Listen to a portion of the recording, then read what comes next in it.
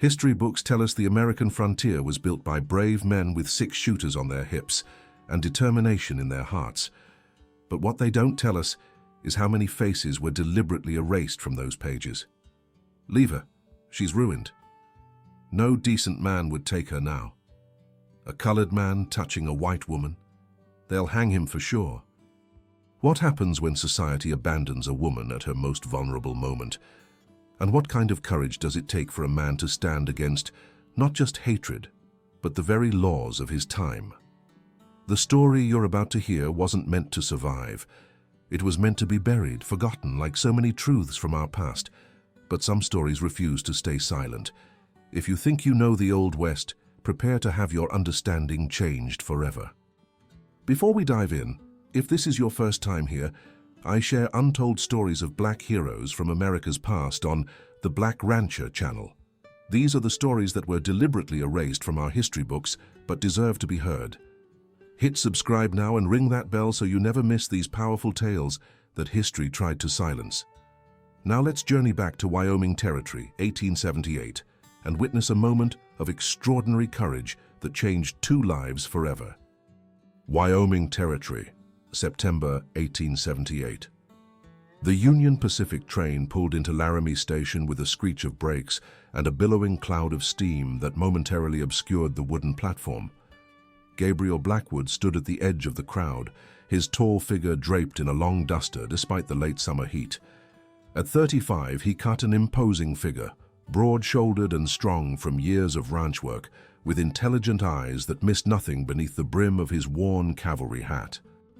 Gabriel wasn't there for the train. He had come to town for supplies, his wagon already loaded with the flour, coffee, and tools needed for the coming winter. But something about the commotion at the far end of the platform caught his attention. "I won't have it, Eleanor. I absolutely won't have it." A man's voice, cultured and Eastern, carried over the noise of the station. Gabriel turned to see a well-dressed man in his 40s gesticulating wildly at a young woman. She wore a blue traveling dress that couldn't quite hide the gentle swell of her belly. Her face was tear-streaked, her blonde hair escaping from what had once been an elegant arrangement. "Richard, please," she begged, reaching for his arm. "You promised. We can go somewhere, no one knows us, start fresh." The man, Richard, roughly shook off her hand, his face contorted with rage. "That was before I learned you've been lying for months. God knows whose bastard you're carrying, but it certainly isn't mine. I haven't touched you in nearly a year." People were stopping to stare now. Gabriel noticed how the woman, Eleanor, seemed to shrink into herself, one protective hand moving to her stomach. "Please," she whispered, "don't leave me here. I have nowhere to go."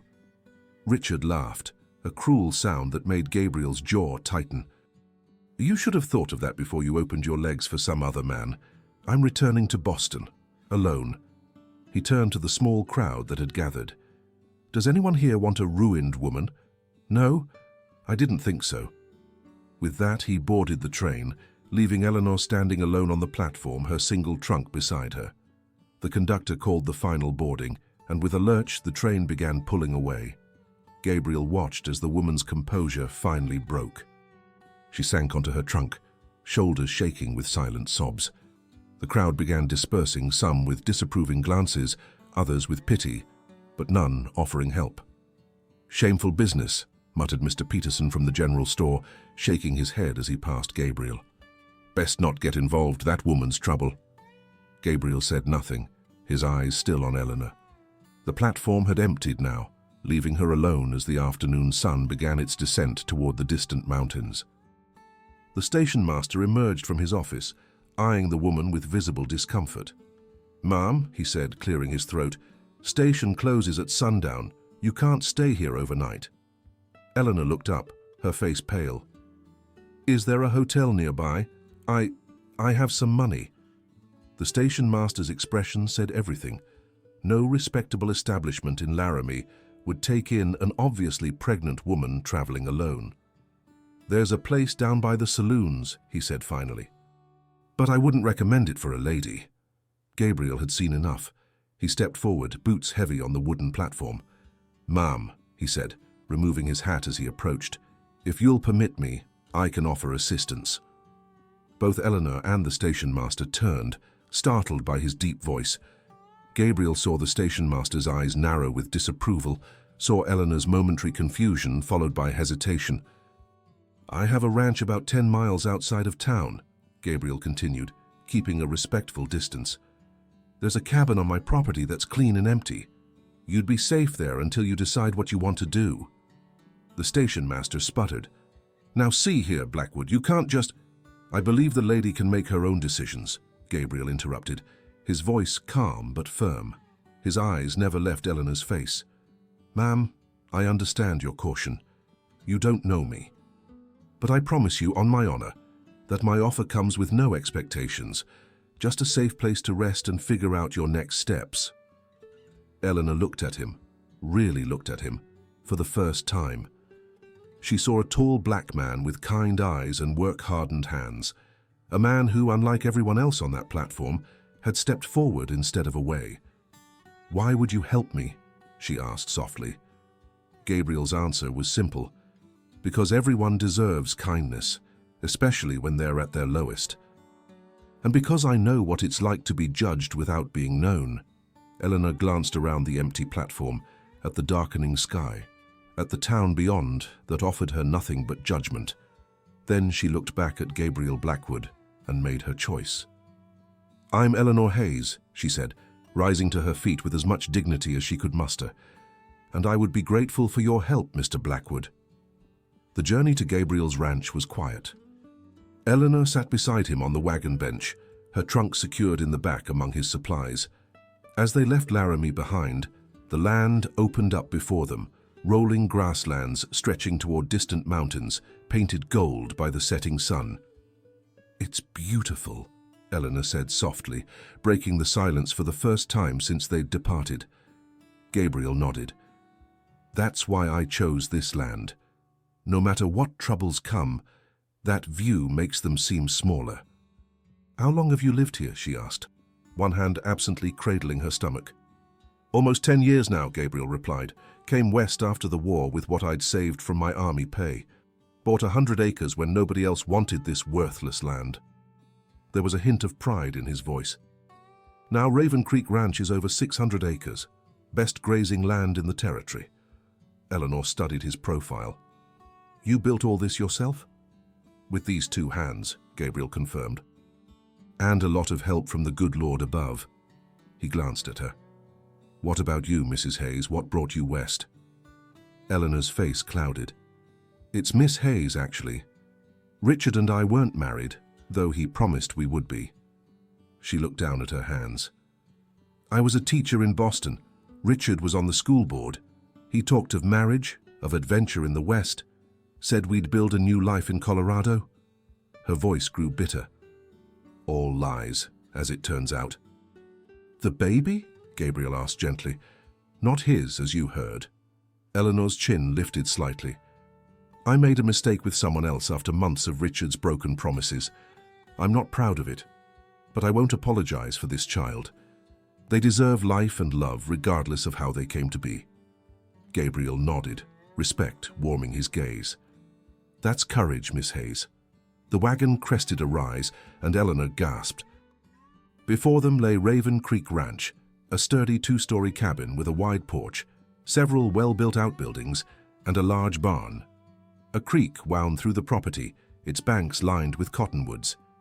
In the distance, a herd of cattle grazed peacefully. "You built all this?" she asked, amazement clear in her voice. "Every building," Gabriel confirmed as he guided the team down the slope. "The smaller cabin is just beyond those trees. It's where my foreman lived until he moved on last spring. It's simple but solid." He brought the wagon to a stop in front of the main house and helped Eleanor down, careful not to touch her more than necessary. "Let me show you where you'll be staying." The foreman's cabin was indeed simple. A single room with a stone fireplace, a small table with 2 chairs, a narrow bed with a clean quilt, and a few shelves holding basic provisions. A curtained area in the corner held a washstand and chamber pot. "It's perfect," Eleanor said softly. "I don't know how to thank you." "No need for thanks," Gabriel replied, setting her trunk down beside the bed. There's food in the root cellar out back. Pump for water just outside. I'll bring you more supplies tomorrow and some firewood for tonight." He moved toward the door. "Lock this behind me. You're safe here, but it might help you rest easier." Eleanor caught his arm before he could leave. "Mr. Blackwood, why are you really doing this? Most people wouldn't want to get involved." Gabriel was quiet for a moment. "My mama taught me that true character is revealed by how you treat those who can do nothing for you." He met her eyes. "And I know something about being judged on sight and found wanting, Miss Hayes. Rest now. Things often look clearer in the morning light." With that, he left her to settle in, returning shortly with armfuls of firewood and a lantern. Through the window, Eleanor watched as he walked back to the main house, his tall figure silhouetted against the darkening sky. For the first time since Richard had abandoned her on that platform, she allowed herself to breathe, to hope. Perhaps here, in this unexpected place with this unexpected man, she might find a path forward after all. 3 weeks passed. October painted the landscape in rich golds and deep reds as Eleanor settled into life at Raven Creek Ranch. The cabin became a sanctuary of sorts, a place where she could breathe without the weight of judgment pressing down on her. Each morning, she would wake to find fresh milk and eggs on her doorstep, left by Gabriel before he began his day's work. They established a careful routine. Gabriel would check on her each evening, always knocking and waiting for permission to enter. They would share news of the day, his stories of the ranch, her observations of the changing season. Sometimes they would sit in comfortable silence as she mended clothing and he whittled pieces of wood into delicate animal shapes. Eleanor found herself watching him when he didn't notice, the gentleness in his hands as he crafted a tiny wooden horse, the quiet dignity with which he carried himself, the intelligence in his eyes that belied the simple rancher he presented to the world. "You were educated," she observed one evening as he discussed a passage from Milton that she had mentioned. Gabriel's smile was wry. "My father was a free man before the war, a carpenter who saved every penny to buy books. He taught himself to read, then taught me and my mother. Later, there was a northern teacher who came south during Reconstruction. She saw something in me, gave me books, encouraged me." His expression grew distant. "Education is a door that opens many others." "You're a remarkable man, Gabriel Blackwood," Eleanor said softly. His eyes met hers and something passed between them, a current of understanding, of mutual respect that had been growing steadily over the weeks. But their peaceful existence couldn't remain isolated forever. Word had spread in Laramie about the white woman staying at the Black Rancher's property. Whispers turned to rumors, rumors to outrage. Gabriel returned from town one afternoon, his expression grim as he knocked on Eleanor's door. "For there's trouble brewing," he said without preamble when she invited him in. "Talk in town, they're saying things that aren't true about you, about us." Eleanor's hand instinctively went to her swelling belly. "What kind of things?" "The kind men use to justify violence," Gabriel replied, his voice tight. "Sheriff Thompson warned me, said a group of men were talking about teaching me my place and rescuing you." His laugh was bitter. "As if you needed rescuing." "But that's absurd," Eleanor protested. "You've been nothing but a gentleman. You've barely even—" She stopped, a flush rising to her cheeks. Gabriel nodded. "Doesn't matter. They see what they expect to see." He paced the small cabin. "Maybe it would be better if you went elsewhere. I have a friend in Cheyenne, a widow who takes in boarders. She's good people. You'd be safe there." "You want me to leave?" Eleanor asked, trying to hide the hurt in her voice. "No," Gabriel said quickly, too quickly. Their eyes met and he looked away first. "But I want you safe, and I'm not sure you're safe here anymore." Before Eleanor could respond, the sound of approaching horses reached them. Gabriel moved to the window, his body tensing as he peered out. "5 riders," he said quietly, "and they're not here for friendly conversation. You're watching the Black Rancher channel, where we uncover the hidden stories of courage from America's past. If you're captivated by Gabriel and Eleanor's journey so far, make sure you've hit that subscribe button and notification bell. Now, let's return to 1878 Wyoming, where danger has just arrived at Raven Creek Ranch." "Stay inside," Gabriel instructed, his voice calm but commanding. Lock the door behind me." "Gabriel, no," Eleanor began, fear evident in her voice. "Please," he said softly this time. "Let me handle this." Eleanor reluctantly nodded, watching as he stepped outside. Through the window, she saw him walk with deliberate calm toward the approaching riders. He carried no weapon, his hands visible at his sides. The riders, 5 men from town, led by Thomas Harker, owner of the largest mercantile in Laramie, pulled up in front of the cabin. Harker was a large man with a ruddy face that grew redder as he caught sight of Gabriel. "Blackwood," he called out, not bothering to dismount. "We've come for the Hayes woman." Gabriel stopped several yards from the horses, his posture relaxed but alert. "Miss Hayes isn't going anywhere unless she chooses to, Mr. Harker. This is private property. I'm going to have to ask you and your friends to leave." One of the other men spat on the ground. "You got no right keeping a white woman out here, boy. People are talking. It ain't proper." "Miss Hayes is my guest," Gabriel replied evenly. "Nothing improper about offering shelter to someone in need." "That ain't how folks see it," Harker growled. "Woman in her condition staying alone with a—" He stopped, apparently unwilling to use the slur in direct conversation. "It ain't right. We're taking her back to town where she belongs." "And where would that be exactly?" Gabriel asked. "The brothel down by the railroad? Because no respectable establishment would take her in when her fiancé abandoned her. Nobody offered help then. Only judgment." Eleanor watched from the window as Gabriel stood his ground, outwardly calm though she could see the tension in his shoulders. "That's not your concern," another rider interjected. "Step aside, Blackwood. We don't want trouble." "Yet you brought it to my door," Gabriel observed. 5 armed men to remove one pregnant woman who's here by choice." He shook his head. "Miss Hayes stays if she wants to stay. That's the end of it." Harker's face darkened as he reached for his gun. "I won't be told what to do by—" The cabin door opened and Eleanor stepped out, one hand protectively on her belly, the other holding Gabriel's rifle. "I believe Mr. Blackwood asked you to leave," she said, her voice steady despite her racing heart. She didn't point the rifle at the men but held it ready. "This is his land and I am here because I choose to be." The men shifted uncomfortably in their saddles. While they might threaten a black man with impunity, confronting a white woman, pregnant or not, was different territory. "Ma'am," Harker said, removing his hat, "we're concerned for your welfare.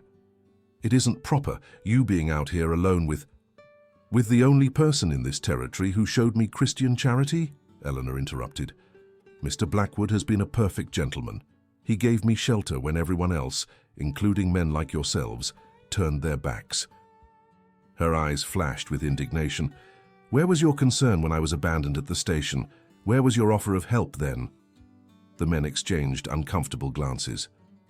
"You claim concern for propriety," Eleanor continued, moving to stand beside Gabriel. "Yet you think nothing of riding onto a man's property, armed and threatening, based on nothing but malicious gossip. Which of these actions truly demonstrates moral character?" A tense silence followed her words. Gabriel remained still beside her, though she could feel his alarm at her proximity. Finally, Sheriff Thompson, who had remained silent at the back of the group, spoke up. "She's got a point, Thomas. No law's been broken here." "Thank you for your concern, gentlemen," Eleanor said firmly, "but I'm exactly where I wish to be. Now, unless you have legitimate business with Mr. Blackwood, I believe it's time for you to go." Harker glared at them both, clearly frustrated but finding no easy path forward. "This isn't over, Blackwood," he muttered, jerking his horse around. "Actually, it is," Gabriel replied, his voice level. "Miss Hayes has made her choice clear. Respect it."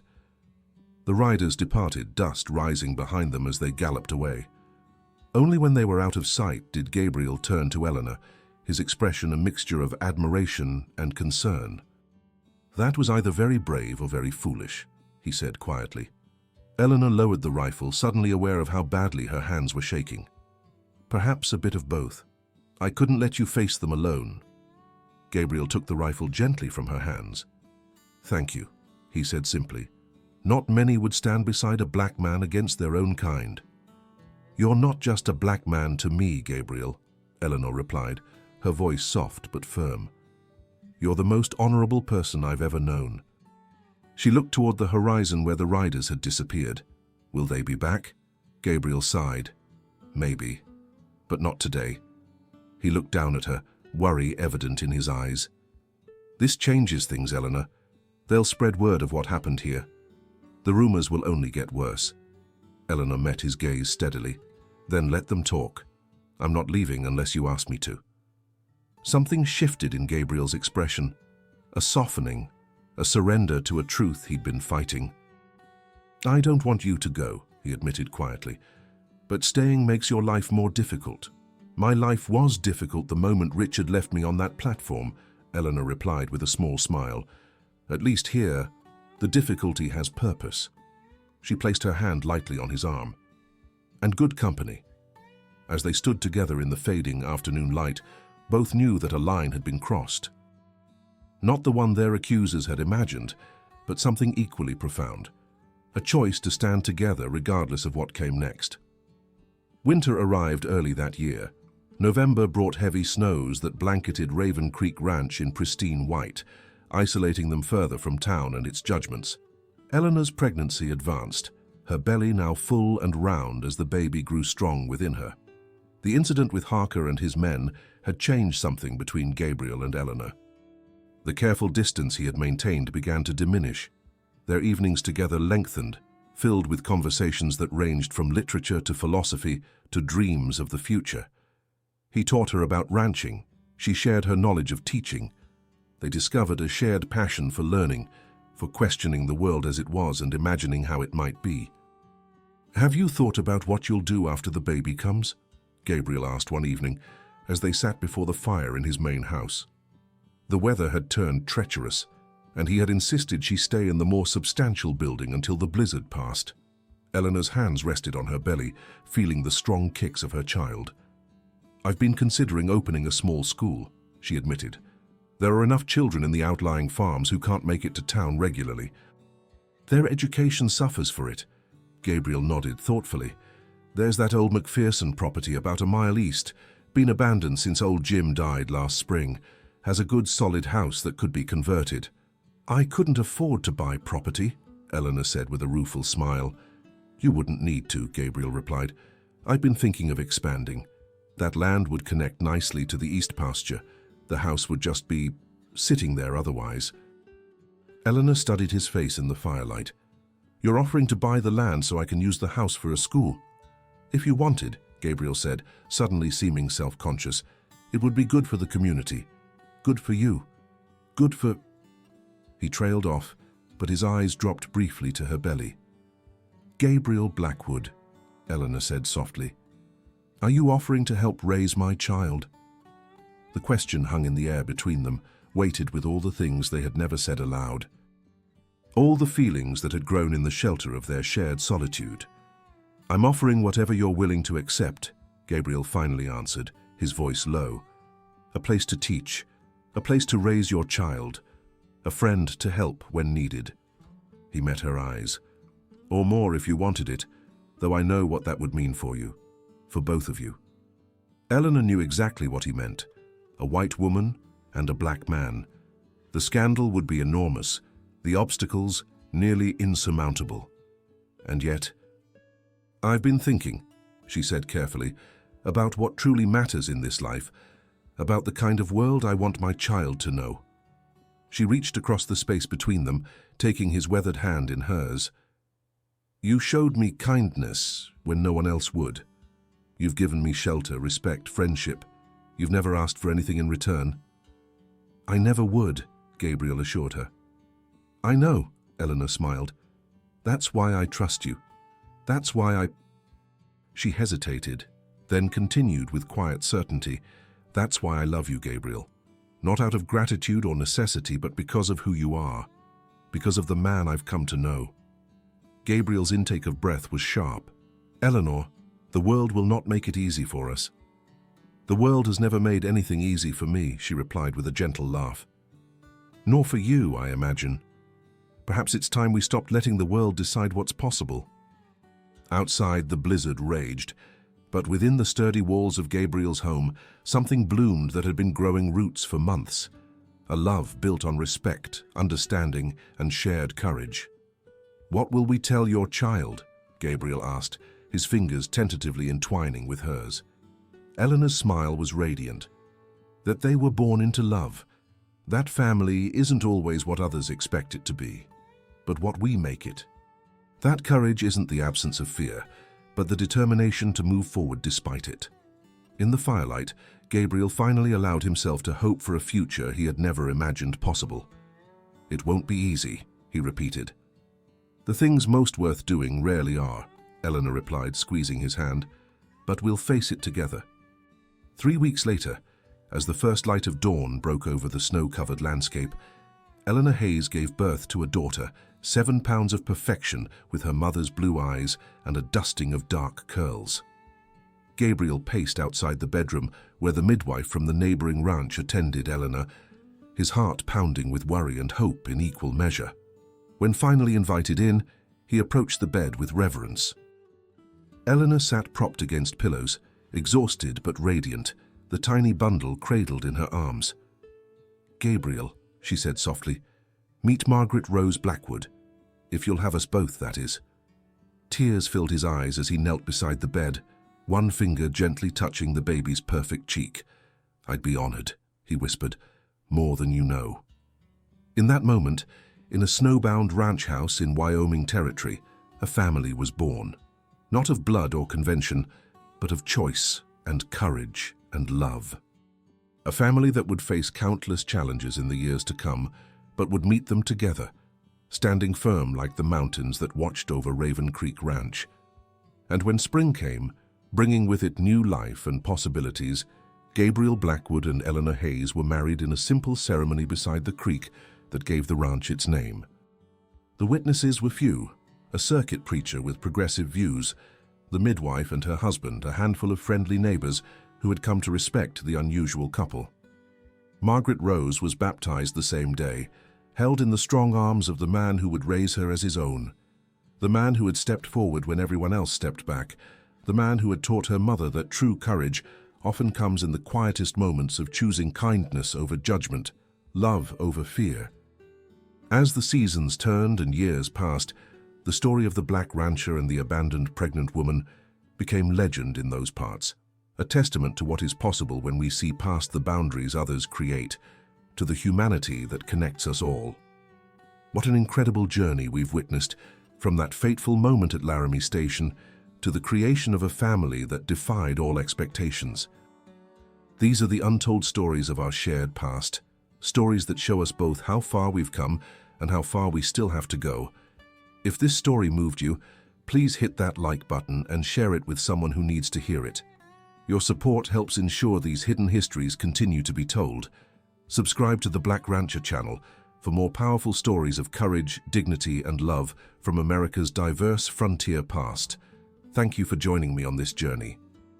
Until next time, remember that history's most important lessons often come from its most silenced voices.